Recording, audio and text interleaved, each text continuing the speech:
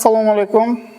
Hurmatli ijtimoiy tarmoq kuzatuvchilari va Kogon shahar aholisi. Kogon shahar Sanitariya-epidemiologik o'zgarishlar va jamoat salomatligi bo'limi epidemiologik bo'lim tomonidan shaharda faoliyat olib borilayotgan 19 ta mahalla fuqarolar yig'inida istiqomat qiluvchi aholi bilan 38 ta uchrashuv o'tkazilgan bo'lib, aholi tomonidan ko'tarilgan muammolarni belgilangan tartibda ijrosi hal etildi. Sanitar gigiyena qoidalariga, sog'lom turmush tarzi, sog'lom ovqatlanish, turli xil yuqumli kasalliklar va parazital kasalliklar profilaktikasi bo'yicha tushuntirish ishlari, dezinfeksiya tadbirlari olib borildi. Joriy yil sanitariya nazorati bo'yicha 2025-yil ruxsati bilan xabardor etish tartibida 8 ta tadbirkorlik subyektlariga tekshirish o'tkazilgan bo'lib, 97 tasida profilaktik tadbir o'tkazildi. Shahar hududida faoliyat olib borilayotgan 19 ta maktabgacha ta'lim tashkiloti va 12 ta maktablarda 36 ta rejali tekshirish o'tkazilgan.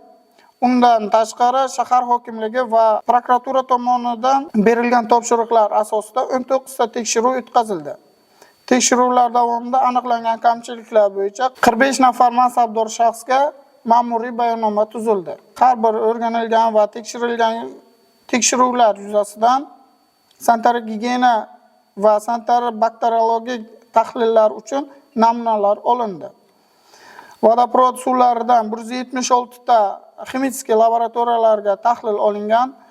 Shundan 346 ta oziq-ovqat mahsulotlari, atmosfera havosi tarkibida gazlarning miqdori 1770 ta namunalar olingan. 2025-yilda 19 ta bog'chamizdan 122 kilogramm osh tuzi tarkibi yodlanmaganligi sababli iste'moldan olindi va shu jumladan 19 ta bog'chamizdan 75 kilogramm un mahsuloti temir moddasiga bo'ytilmaganligi sababli iste'moldan olindi. Dehqon bozorlarida sotayotgan oziq-ovqat mahsulotlarining sifati va xavfsizligi o'rganib chiqilib, sifatiga shubha ostida bo'lgan oziq-ovqat mahsulotlari, ya'ni 1718 kilogramm oziq-ovqat mahsulotlari savdodan olindi.